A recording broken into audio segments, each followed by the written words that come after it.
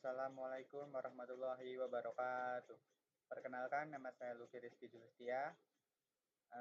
Saya kuliah di Universitas Pamulang, jurusan Teknik Informatika dengan NIM 231011401929. Di sini saya akan mempresentasikan analisis jurnal saya yang berjudul Sistem Pendukung Keputusan PPDB di SMAN Unggul Dharma Saraya. Yang pertama itu ada identitas jurnal. Yang pertama itu judulnya itu Sistem Pendukung Keputusan PPDB di SMAN Unggul dan Masaraya. Kemudian penulisnya itu ada Evi Yulia Susanti, kemudian institusinya juga Sistem Informasi Ilmu Komputer Universitas Darmas Indonesia.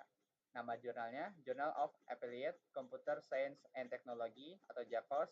Penerbitnya Indonesian Association of Applied Science atau ISAS.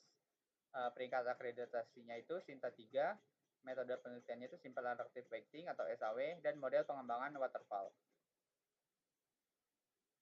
Latar belakangnya, penelitian ini dilatar belakangi oleh kesulitan panitia penerimaan peserta didik baru atau PPDB di SMAN Unggul Dharma Saraya dalam menyeleksi calon siswa secara objektif.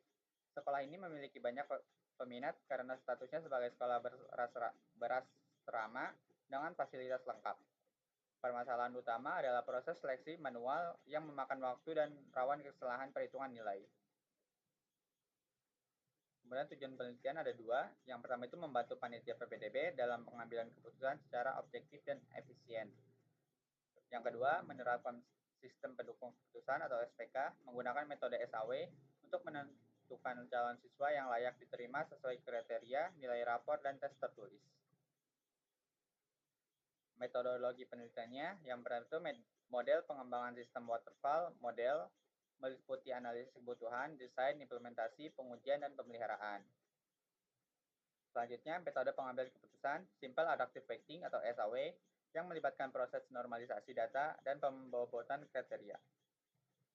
Di sini ada dua kriteria, C1 itu nilai rapor 40% dan C2 itu nilai tertulis 60%. Kemudian penelitian mengambil ke sampel 30 calon siswa secara acak dari 489 pendaftar. Selanjutnya hasil dan pembahasan. Yang pertama itu sistem yang dibangun mampu melakukan perhitungan otomatis terhadap nilai rapor dan tes tertulis, kemudian menghasilkan peringkat akhir atau ranking berdasarkan bobot yang telah ditetapkan. Kedua, dari hasil perhitungan SAW diperoleh 20 siswa yang dinyatakan lulus dan 10 siswa tidak lulus.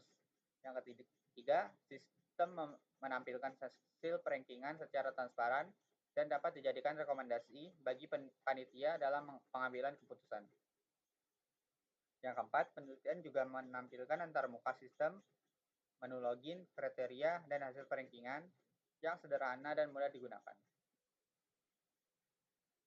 Kemudian kesimpulan, penelitian ini menunjukkan bahwa penerapan metode SAW dalam SPK PPDB efektif membantu proses seleksi calon siswa baru, kemudian menghasilkan keputusan yang lebih objektif, cepat, dan akurat, dan dapat dikembangkan lebih lanjut dengan menambahkan kriteria baru di masa mendatang. Di sini juga ada jurnalnya. Ini teradaptasi SINTA 3. Kita masuk ke jurnalnya.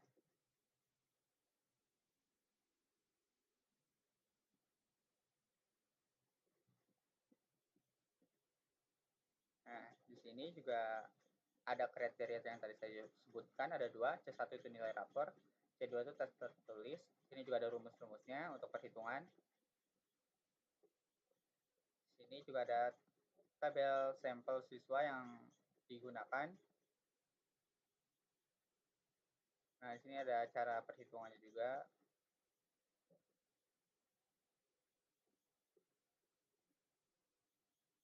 Nah, di sini juga ada hasilnya dari nama-nama di sini. Ada yang lulus dan tidak lulus. Nah, di sini ada tampilan websitenya.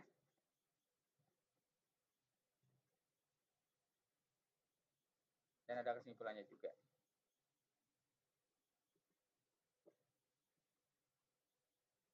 Mungkin sekian presentasi dari saya, kurang lebihnya mohon maaf. Wassalamualaikum warahmatullahi wabarakatuh.